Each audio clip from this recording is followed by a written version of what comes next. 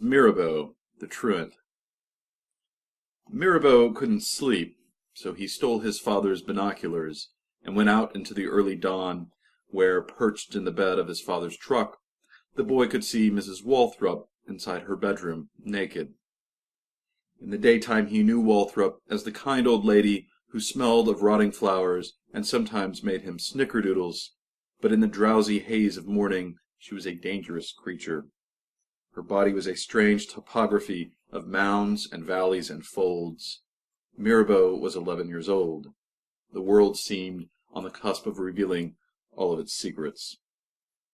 Mirabeau P. Sloane, the P for Patrick, what his mother called him, Beau to his father, Dick Nuts to most of the boys at Duncan Morrow Junior High School back in Nebraska. He had been called other things, too. Odd, slow, a distraction when he makes that horrific guttural retching noise. These were documented in files by his teachers and explained to his mother.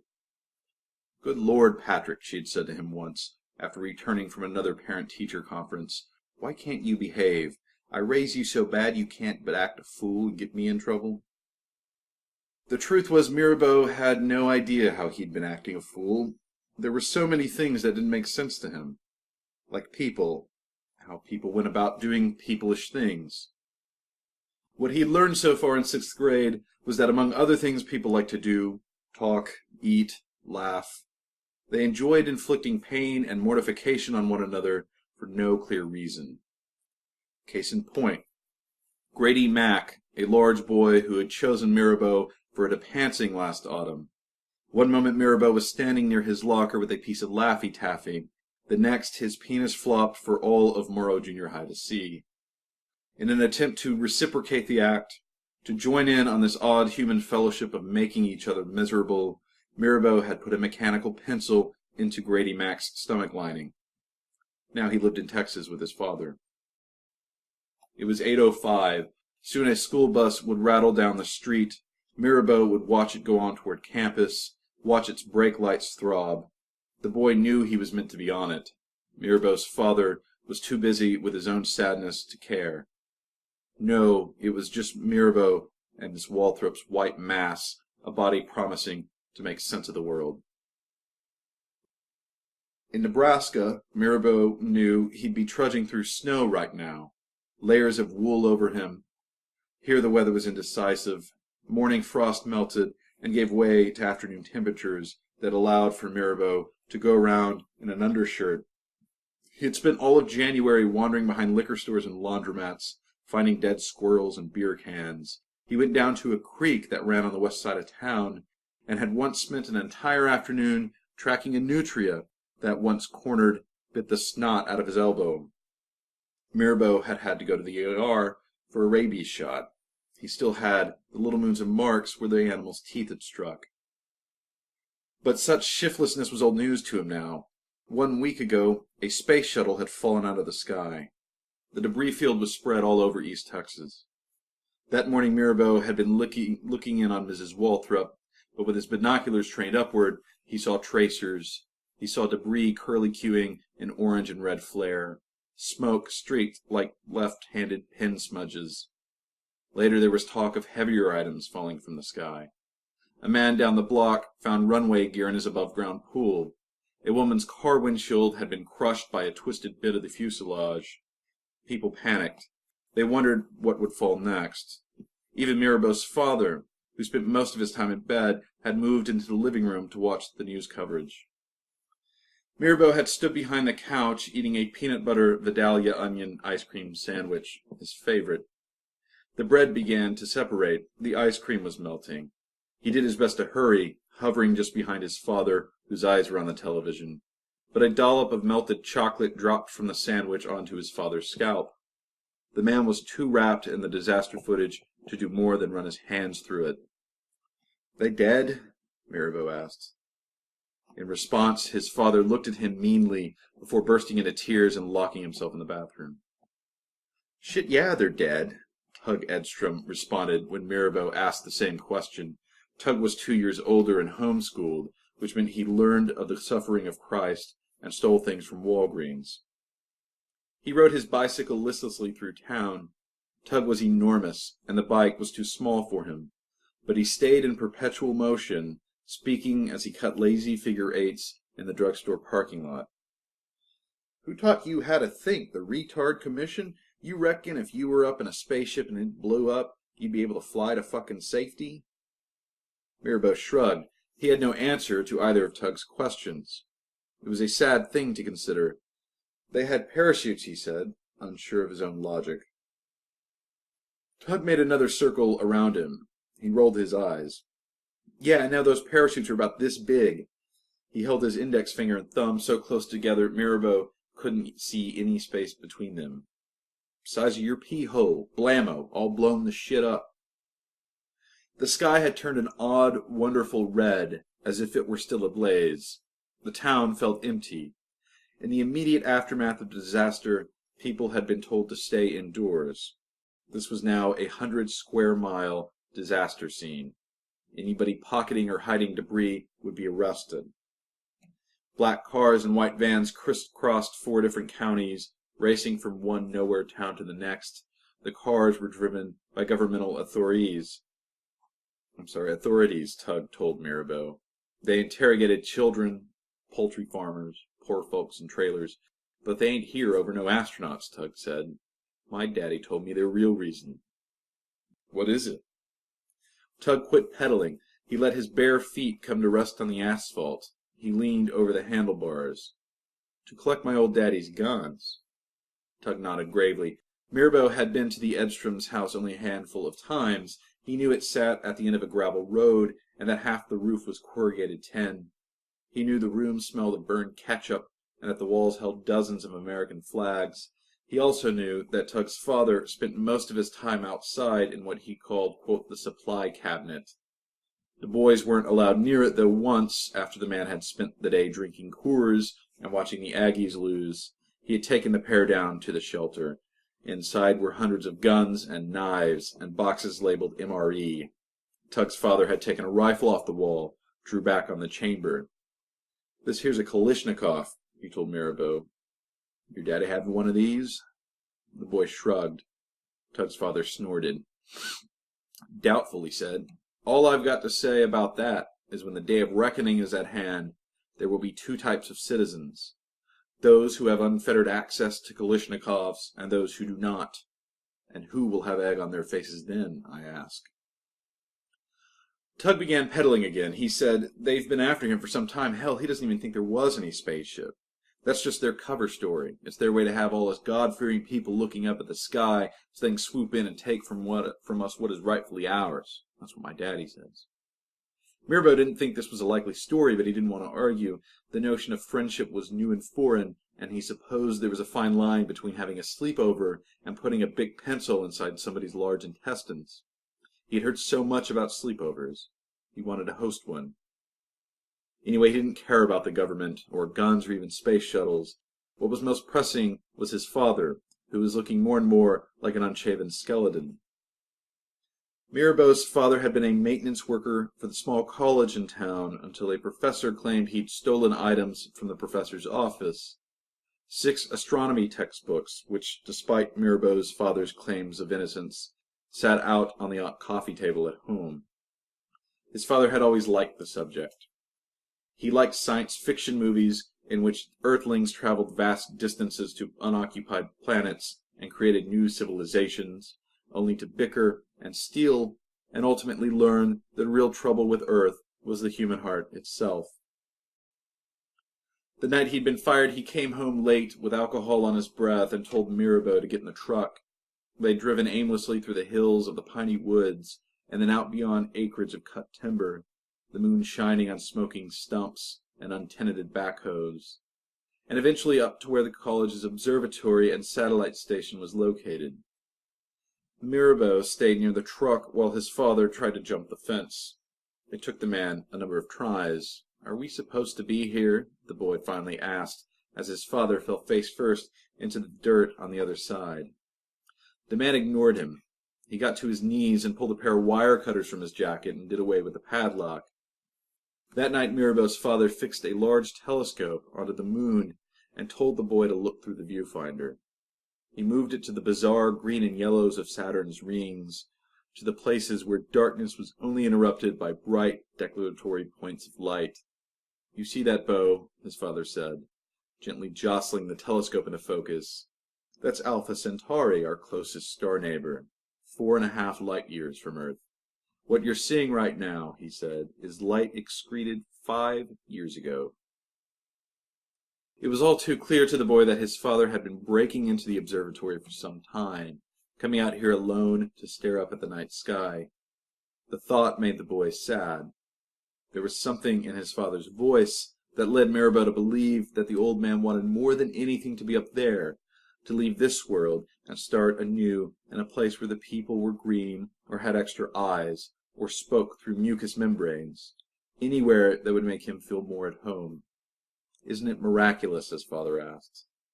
Mirabeau lied and said it was. All he could see were landscapes of cold, dead plains. 9 days after the space shuttle explosion, Mirabeau woke early and snuck into the back room where his father snored like a man hoping for sleep to never end. The boy opened the top drawer of the bureau and pulled the binoculars out of their case, and went out to the truck. He peered in on Mrs. Walthrop's room. The woman was there, her body as alien to him as anything happening in the county. All around Mirabeau, the Forest Service was finding smoldering remains, smoky dashes of burnt brush. Governmental authorities parked outside of houses and spent hours inside. Mrs. Walthrop might as well have fallen from the sky. He watched her apply deodorant, slip on a pair of ochre panties. He watched her tuck her breasts inside an old bra that had been hanging on the doorknob. The school bus came and didn't break for Mirabeau's home. His attention turned to it. He let his binoculars drop to his chest and gazed at the silhouettes of boys and girls his age behind the dark windows. He understood that these were children he would never know. Tug rode by that afternoon. He made a sweeping arc in the road before putting down his kickstand. "I found something," he said. "You got to see this." The 2 times Mirabeau had ridden with Tug, he'd had to feel the older boy's sweaty neck and the gelatinous way his flesh moved as he pedaled. It wasn't a pleasant sensation to know firsthand. Still, the look on Tug's face was of high concern. Mirabeau let himself onto the pegs and draped his arms around Tug's shoulders. They moved down Pecan Street and past the college and across the main road to where the streets were in need of repaving. Tug had strong shoulders. He worked with a grunt. They ditched the bike on a lawn of a house rented by college-looking kids. Mirabeau followed Tug through a pasture, then into the woods, then down a steep hill toward a creek where he'd been bitten by the nutria. Here the February sun, which had coaxed flowers into an early bloom and mosquitoes into a dizzying anger, gave way to a sickly smell of rotten underbrush. Mirabeau forgot about his mother in Nebraska. He forgot about his father. He followed Tug, whose flat feet navigated the steep banks of the creek with a goat's brilliance. In the stagnant water lay a torn-wide canister. Around it circular orbs gleamed like pearls with diameters larger than silver dollars. "What are they?" Mirabeau asked. "What are you, the world's dumbest dumbass?" Tug said, wiping sweat from the light hair growing on his lips. "They're petri dishes, Mirabeau." Mirabeau picked one up. It held a clear liquid. "Big deal," he said. "Big deal." Tug dropped 3 of them into a purse he'd made out of the bottom of his shirt. "These things come falling down out of space filled with alien goop. They're worth about $1,000,000 apiece is what big deal." Mirabeau examined the one in his hands. The dish looked half filled with piss. Nothing swam in its liquid so far as he could tell. He shook it to make sure. "You can have them," he said, and dropped the dish back into the mud. Tug rushed to pick it up. He gave Mirabeau a wild-eyed look. "Shit! I can't take them all with me. That's how you get caught. We've got to divide them up, hide them, wait for things to settle. Then we'll sell them on eBay and retire to the Casbah."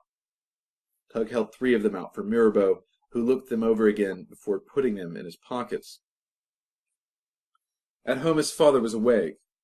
Mirabeau spotted his hairy shoulders pacing the kitchen. He had the phone to his ear. "No, Regina, I'm not belittling your beautician career. I know you. That's what...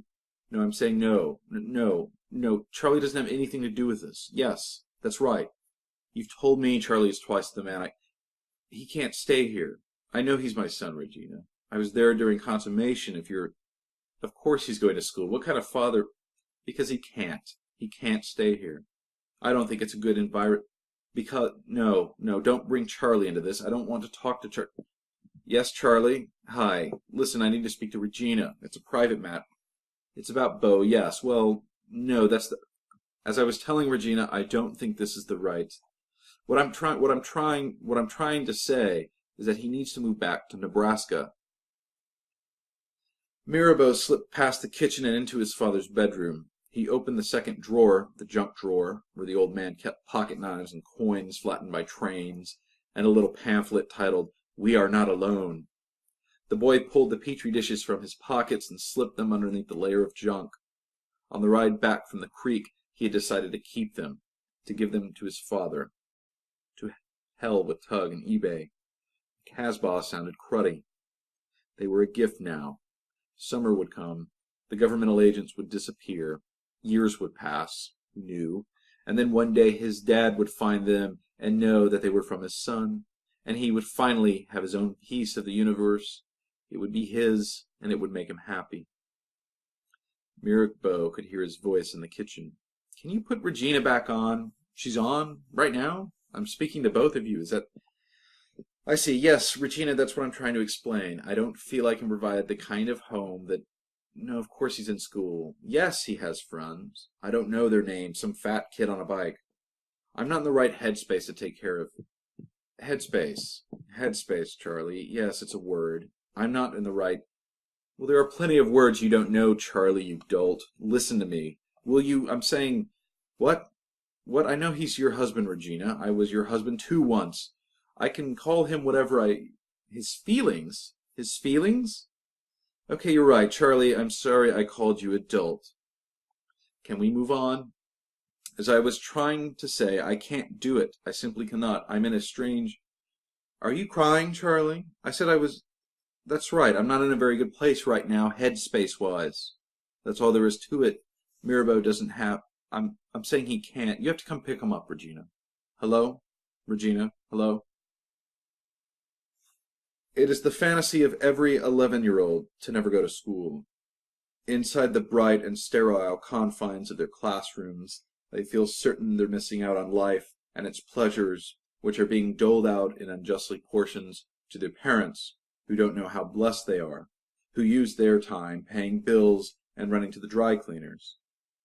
Beyond the walls of the school, time is slipping by while people ignore the chance for the miraculous in favor of the mundane. Mirabeau felt this way at Duncan Murrow, but now that he was living on the other side of the fantasy, now that he was free to roam as he pleased, he felt otherwise. He missed school. It was a sentiment he would never share with another living creature, for fear that its utterance would somehow instantly undo his freedom. As soon as he said the words miss and school, he would suddenly be inside one, at a desk, the teacher asking him for the angles to an isosceles triangle. But the missing remained. At 11 years old, with the first of hormonal changes beginning, Mirabeau was also learning what true loneliness felt like. He guessed this new loneliness had something to do with how fast everything moved. It was March suddenly. Save for a short soundbite on the news, people had begun to forget about the space shuttle. Temperatures rose. The man with the above-ground pool moved to Florida, and Tug Edstrom's father shot himself in the foot. The shot was non-fatal, but required the amputation of 2 toes. There was going to be an investigation into the supply cabinet and its contents. For 3 nights, Tug had had to stay with Mirabeau and his father. It was Mirabeau's first time to host a sleepover. As it turned out, sleepovers weren't as fun as he'd always assumed them to be. For one, your new bedmate could snore like a full-grown man who had swallowed a buzzsaw, and Mirabeau's father explained to the boy that as a guest, Tug was in command of activities. If Mirabeau wanted to climb a tree, but Tug wanted to play Red Dead Redemption for 12 straight hours, the Xbox won out. There were some positives. Mirabeau's father began to shower and dress in slacks. He tried to appear normal. He cooked the boys' hamburger helper, watched television with them, and during the day when Tug's mother arrived for school lessons, Mirabeau's father acted as though Mirabeau, too, were homeschooled. He thanked her for letting the boys sit in on their lessons and offered to pay her for her time. On the third night, Tug turned Mirabeau's small TV to a scrambled cable channel and slapped its side, hoping to clear the picture. "Think I can make out a tit," he said. "Where?" "Between the blue and orange waves." "That's no tit." "You wouldn't know a tit from a watermelon," Tug said. He slapped the television a few more times, but gave up when it went static. He sighed. He looked around Mirabeau's room. "Jesus, this place is boring. Don't you have a computer or something? Some place where I can see a tit?" "Dad has one," Mirabeau said. "He was trying to make a noose out of his old taekwondo belt. It's in his bedroom, but there's no internet. It's got Minesweeper." Tug looked at him. "For fuck's sake, Minesweeper? I'd rather play with my thumbs." They were quiet for a while. Then Tug's face brightened. "Just thought of something," he said. "The dishes." Mirabeau shrugged, though he knew what Tug meant. "The fucking Petri dishes." Tug stood up. He was excited, flushed in the cheeks. "Where are they?" Mirabeau tightened the knot on his makeshift noose and thought about how, if he had taken taekwondo seriously, he would have been able to defuse this situation with a simple roundhouse kick. "I've done away with them," he muttered. Tug's face dropped. "What's that mean?" "It means you can't have them. They're gone. You might as well forget." The wind came out of his lungs before he could finish. Tug had Mirabeau on the floor. The boy's shoulders were pinned beneath Edstrom's knees. "You gay wad," Tug said. "You dumb retard. Those were my meal tickets. Those were my way out of here." He had fingers in Mirabeau's mouth and nostrils. He was doing serious business, and though Mirabeau couldn't be certain, it sounded as if he were about to cry. "You shithead," Tug said. "You fuck everything up. Everything." Mirabeau was able to get Tug's hands away from his face. "You ain't getting them," he coughed. "You ain't. You ain't." "Then I'll have to kill you, dick nuts."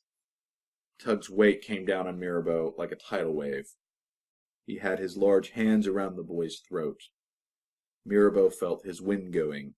He felt blackness coming on. He forced Tug's paw away from his throat long enough to let out a gurgled, shrill cry. "I got tits!" Tug paused. "I can show you tits," Mirabeau gasped. "Well, I don't want to see yours." "No, I mean real ones," Mirabeau said. Tug's weight lessened, though he kept his knees on Mirabeau's shoulders. The circulation in Mirabeau's hands had been cut off. He couldn't feel his fingers. "Real live ones," he said. Tug collapsed on the floor next to him. Mirabeau stood up and shook his hands and reached for his throat. Tug was staring at him, eyeing his move. "Bullshit," the boy said. "I'll trade you," Mirabeau said. He considered what he was saying. Mrs. Walthrup had been his own discovery, and while most mornings left him more confused than ever, he still held hope that his view through the binoculars would lead him to understand what it was that confused him. On the other hand, he wanted the Petri dishes for his father, who, despite the showers and clean shirts and dinners, still had a distraught look in his eyes. "We'll trade," he said again. Tug agreed. The boys stayed up. They drank orange soda. They played video games. They put an old ventriloquist doll Mirabeau had been given for his 7th birthday on trial, found him guilty, then hanged him from the bedpost using the noose Mirabeau had fashioned. They drank RC Cola and ate pizza. They found some old G.I. Joes in the closet and melted their legs with a cigarette lighter Tug had stolen from Walgreens. "Ah!" the G.I. Joes screamed, their feet curling and letting off putrid black smoke. They watched a movie, then another. The night turned gray. Mirabeau worried that if Mrs. Walthrup wasn't there in the morning, he would lose his friend. Tug's eyes began to close. Mirabeau nudged him and told him to stay awake, and when the time was right, the boy snuck into his father's room and stole the binoculars. They went out into the morning. Mirabeau helped Tug into the back of the truck. "All right," Tug said, "time to pay up." Mirabeau fixed the binoculars to the bedroom window next door. He adjusted the view and waited. The room was empty and dark. Tug sighed. Then she appeared, fresh from a shower, a towel around her waist. "There," Mirabeau said. Tug snatched the binoculars from him. Mirabeau guided his aim. Tug looked on for a while. His mouth dropped open. Mirabeau asked for the binoculars, and Tug shrugged him away with an elbow. "Miraculous," Tug whispered. Mirabeau had assumed the crunching of leaves nearby was the sound of a cat at play or a dog circling a place to do its business, and so it was too late to react when a man appeared in his periphery. He came from around the back of the Walthrops' house, in between the two properties, wearing a floppy hat and carrying a rake. Mirabeau felt the blood drain from his cheeks. "Boys," the man said. "Boys." Tug dropped the binoculars. They smashed against the bed of the truck with a loud crack. Then Tug tried to flee, but his foot caught the tailgate and he toppled over the rear bumper onto the driveway. He stood, knees bloodied, his right palm scraped white. He looked at Mirabeau, then at Mr. Walthrop, before loafing across the lawn toward his bicycle. He was gone before Mirabeau could move. Mr. Walthrop looked confused, though not angry. He came toward Mirabeau, stopped short, peeked into his own bedroom window. His face appeared unable to form itself into one particular expression. He was confused at what he saw, then alarmed. Then his face changed again. "My wife," he said, looking up at Mirabeau. "I've known her since she was a girl. We won't be together much longer." He looked back at the window. Mirabeau wanted nothing more than to leave, to get away. It wouldn't be the last time he'd feel this way. In some months, when Charlie comes to pick him up and drive him back to Nebraska, or at the beginning of the next school year, when the boy will expect his reputation as Dick Nuts to precede him, only to find nobody remembers the depantsing or the big pencil incident, or that Mirabeau ever went to school with them at all. And there will be the years his father's sadness will be a thing cold only from memory. He'll have a new wife and a baby daughter. And oddly, feel to Patrick nostalgic and cloying in an inaccurate but indulgent kind of way. His father's new wife will require a new house, and most of the furniture Patrick remembered would disappear in a garage sale, including the petri dishes, for 10 cents each. There will be Patrick's own wife and family, his own battle with depression, his own troubles. He will be unable to recall what he knew just then, which was that nobody felt at home in this world. Everybody was filled with desire and longing. His father wanted to move to a different planet. Tug's own was waiting for this one to end. The space shuttle explosion had injected the town with a cause to feel alive and terrified and filmed and important, but it hadn't led to anything new. It hadn't shifted anybody's lives in a way that would last. It was already a footnote to history.